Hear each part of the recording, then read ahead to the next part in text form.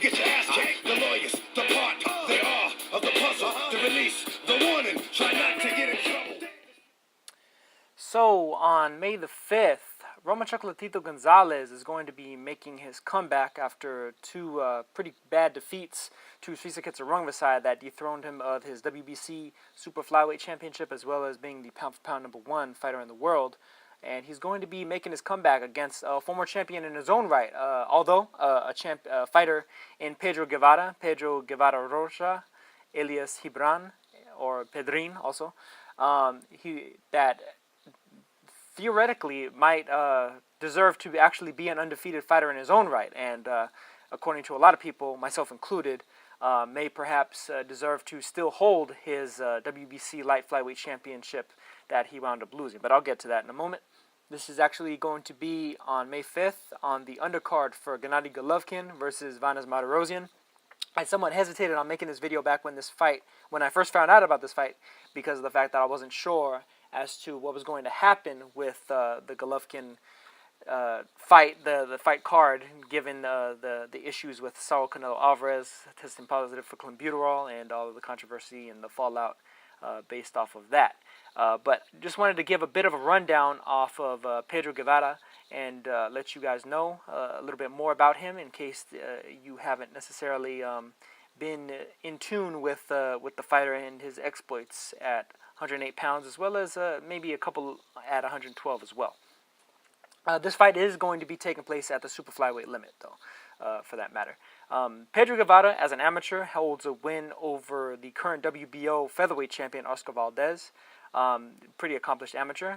Turned pro, however, at age 18. He didn't take very much of his adulthood in the amateurs, and after a couple of years of getting his rank up, getting his experience up, he went in and started fighting pretty high level opponents. Fought Mario Rodriguez, who he was held to that split decision draw that is on his record as 30 wins, 3 losses, and 1 draw. That 1 draw was against Mario Rodriguez. He would later, I guess you'd say, avenge that draw with a unanimous decision victory over Rodriguez a couple of years later. And this was actually shortly after Rodriguez himself had become a world champion. Rodriguez actually beat Guevara in the championship race. He managed to become a world champion by upsetting Kosanati Joyi for the IBF strawweight championship, and he would subsequently lose it thereafter, and then he would lose to Guevara pretty handily as well. Guevara was able to handily defeat him in that rematch that they had.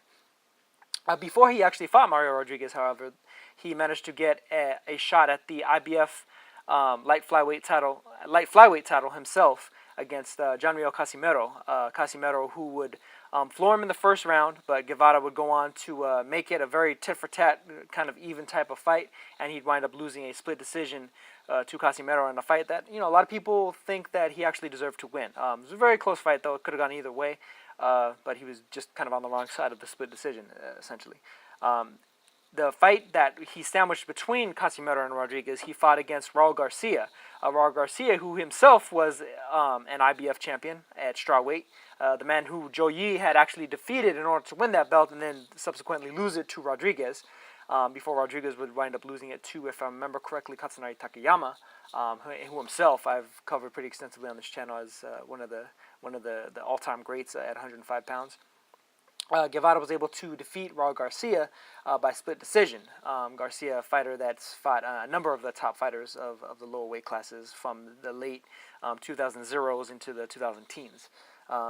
But thereafter, he was able to get himself back into title contention in spite of the loss to Casimero, like I said, with the wins over Garcia, Rodriguez, and he got pretty much his big break against Akira Yagashi. This was shortly after Yagashi himself had been dethroned of his WBC flyweight title against Roman Chocolatito Gonzalez.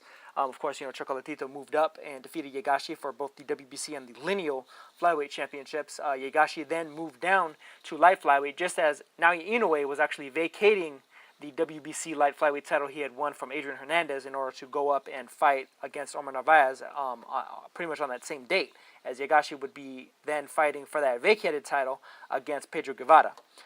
Guevara would go on to actually knock out Yagashi even quicker than Chocolatito himself did. Managed to stop Yagashi in 7 rounds as opposed to Gonzalez's 9, and become the light flyweight champion. He would make 2 defenses of that belt. First, via first-round knockout over Richard Claveras, the undefeated Richard Claveras at the time. And then he would defeat Ganigan Lopez by unanimous decision. Ganigan Lopez is gonna play into the near future here as well. He would wind up going over to Japan, to Sendai, Japan, and losing a split decision to Yu Kimura in a fight that I'd say the vast majority of people felt like Guevara got robbed against Kimura. Guevara looked absolutely shocked at the scorecards in a fight where he was pretty much able to generally outbox Kimura for the most part, and also hurt Kimura a couple of times. Definitely did some good damage to Kimura. Kimura incidentally would then go on to lose the WBC Light Flyweight Championship against the aforementioned Ganigan Lopez, who Guevara had defeated in order to get in order to progress to Kimura. Lopez got himself back into contention, managed to defeat Kimura, and then he would subsequently lose his belt to Kenshiro, who happened to be the third man to hand Pedro Guevara an official loss. Although this was another loss that a lot of people feel like Guevara arguably deserved to win. This was another kind of a here or there, either-or type of a fight, not unlike the John Rio Casimero fight earlier in Guevara's career, where Shiro managed to basically nick a close majority decision over Guevara. Very tough fight, really good fight between these two that recently happened. I covered this fight on my channel. Happened back in October of last year. And between the Kimura and Shiro fights, managed to get a couple of good wins, including a good win over Oswaldo Novoa, who himself was a former WBC strawweight champion. Managed to defeat him by split decision in May of last year. But here against Chocolatito, Guevara has a very big opportunity in front of him. In spite of the fact that this isn't for a title proper, in spite of the fact that it's just a 10-rounder, 10-round non-title fight, coming in as the co-feature for Gennady Golovkin, defending his middleweight belts against Banas Martirosyan. Guevara finds himself being, I guess, pretty much the singularly highest tier Mexican fighter fighting on a Mexican holiday, Cinco de Mayo.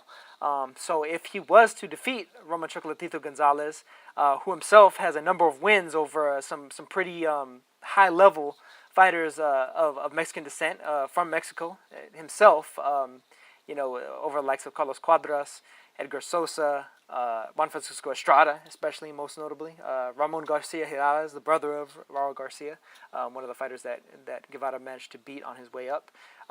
Guevara could very well make a very big name for himself, not only just for the sake of the holiday and thereabouts, but also just in the sport of boxing. I mean, if he's able to get a win over Gonzalez's name still has quite a bit of cachet.